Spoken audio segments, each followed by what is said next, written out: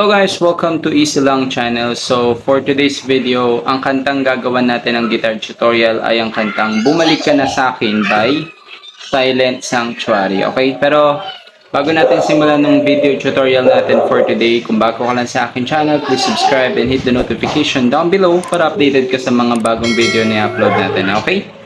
So guys, tara simulan na natin.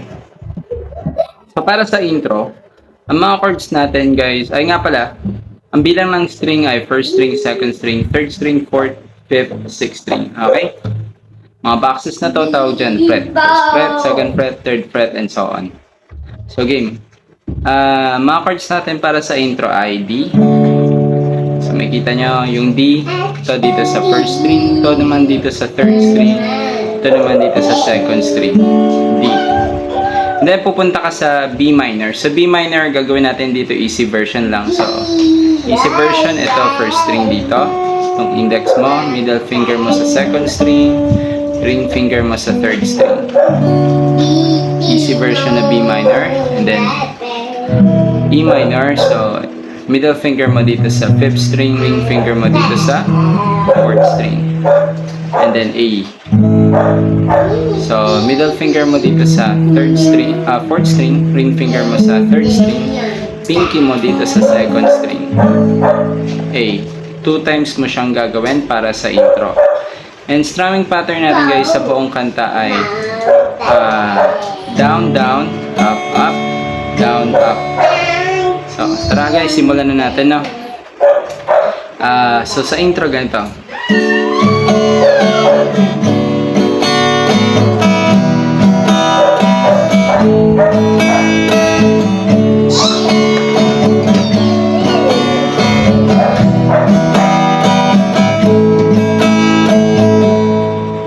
Okay, so nagawa natin siya ng 2 times, no?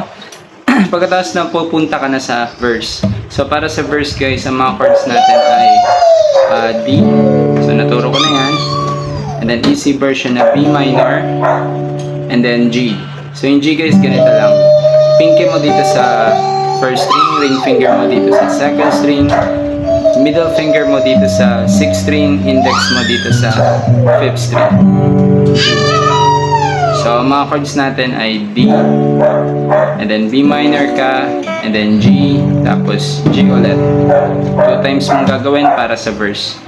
Tara, kantahin natin siya guys, no? Lagyan natin siya ng lyrics.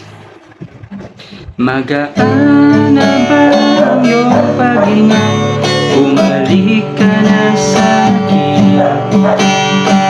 Klaro na ba ang isip mo, sinta? Bumalik ka na sa'kin. Okay? And then after mong gawin yung verse, pupunta ka na sa pre-chorus. So sa pre-chorus guys, ang mga chords natin dyan ay E minor. So naturo ko na yan. Ito dito, ito dito. And then A, naturo ko na yan guys. Ayan. And then pupunta ka ng B flat. So B flat guys, instead na ganito, ang gagawin mo, yung version lang. So para siyang A, nilipat mo lang siya dito. So ito, pinky mo dito, second string, ring finger mo dito sa third string, middle finger mo dito sa fourth string. Itong index mo lalagay mo dito sa first string dito sa first fret. So yun yung B flat na easy version na gagawin natin. And then babalik ka sa A. So E minor, A, B flat, and then A. Yan yung chords natin sa pre-chorus. Tara guys, lagyan na natin siya ng lyrics, no? Wait lang. Hindi ka na nagparamdam, buhat ng pulot ako'y naiba. So, after mo magawa yung pre-chorus guys, pupunta ka na ng chorus. Okay? So, sa chorus guys, ang mga chords natin dyan ay ito. D, turo ko na yan. And then, punta ka ng B minor, turo ko na rin yan. E minor, naturo ko na rin. And then A, 2 times mo siyang gagawin, and then punta ka ng G, and then A. Okay? So, yun yung mga chords natin, no? So, tara kantayin na kagad natin siya. Game. Sige na please, wag nang mainis, bumalik ka na sa'kin. Sorry mahal, ika'y nasaktan, bumalik ka na sa'kin. Bumalik ka na sa akin. So ayan. After mo magawa yung chorus guys, meron tayong interlude. So sa unang interlude, ang mga chords natin D, B minor, E minor, A. So para rin siyang yung, parang kamukha niya lang yung intro guys, no? Kaso sa intro 2 times sa intro, dito sa interlude gagawin mo lang siya ng 2 times. Gagawin mo lang siya ng 1 time para sa interlude. So after mo magawa yung interlude, pasok ulit yung verse, pre-chorus, chorus. Kamukha lang din yung mga chords na ginawa natin kanina. And then after nun, pupunta ka na sa interlude, sa second interlude. Ganun ulit. Kamukha lang siya ng first interlude, 2 times mo nga lang gagawin.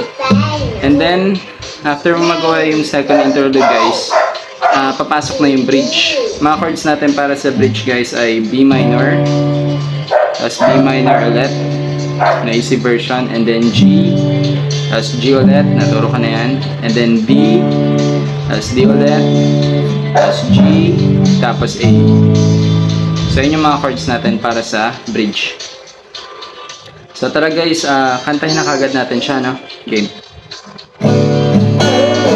Huwag mo sana akong ipagpalit, ikaw at ako na lang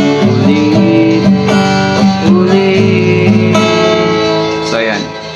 Pag nagawa mo na yun guys, yung bridge, papasok na yung last chorus. Kamukha lang din siya ng chorus, no? Pero gagawin mo lang na 6 times yung D, B minor, E minor, tsaka A. Pag nagawa mo na 6 times, G, and then A. Tapos ka na. Okay? So, ganun lang siya kadali guys. Sana nagustuhan nyo itong guitar tutorial natin for today. And kung nagustuhan nyo, please like, share, and comment down below guys kung may gusto kayo matutunang kanta. Baka magawa natin sa susunod ng video tutorial.